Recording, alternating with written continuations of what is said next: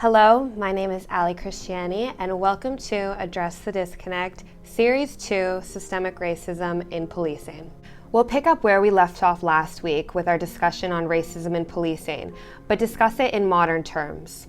In Michelle Alexander's book, The New Jim Crow, Mass Incarceration in America, she's quoted as saying, "Are we willing to demonize the population, declare a war against them, and then stand back and heap shame and contempt upon them for failing to behave like model citizens while under attack?" It is estimated that police kill 1,000 people every year. This number was calculated based on a study conducted by journalists from 2014 to 2020 called Fatal Encounters. The official figures are difficult to confirm considering the widespread of silence ingrained in police culture, known as the blue wall of silence. Some estimates put that figure at 1,700, with an annual rate of citizens being shot at 3,000. Compare this to other advanced democracies like England, where their estimates sit at around 3 police homicides a year.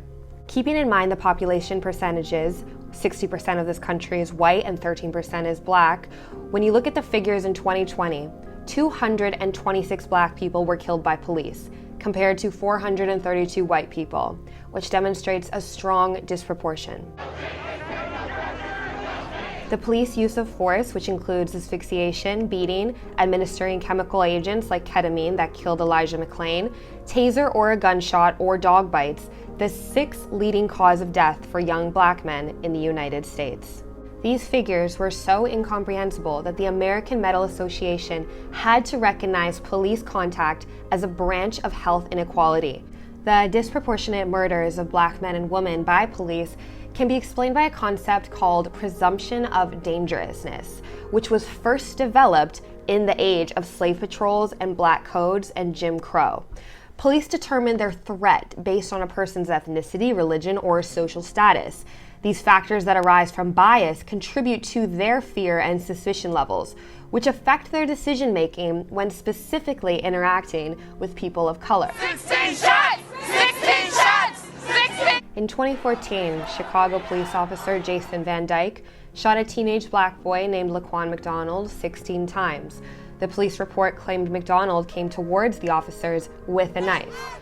City leaders endorsed this idea to the public until a freelance journalist sued under FOIA, the Freedom of Information Act, to have the police dashcam footage released.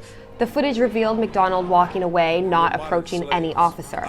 Former Chicago Mayor Rahm Emanuel was complicit in this cover-up, and although claims to have never seen the video, fought hard for 13 months to keep it concealed. Officer Van Dyke received a 6-year sentence. This sentence alone is incredibly rare, considering only 1% of police-involved murders result in charges, and even less convicted, according to Mapping Police Violence.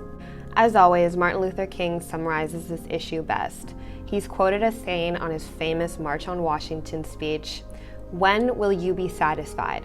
We can never be satisfied as long as the Negro is the victim of the unspeakable horrors of police brutality."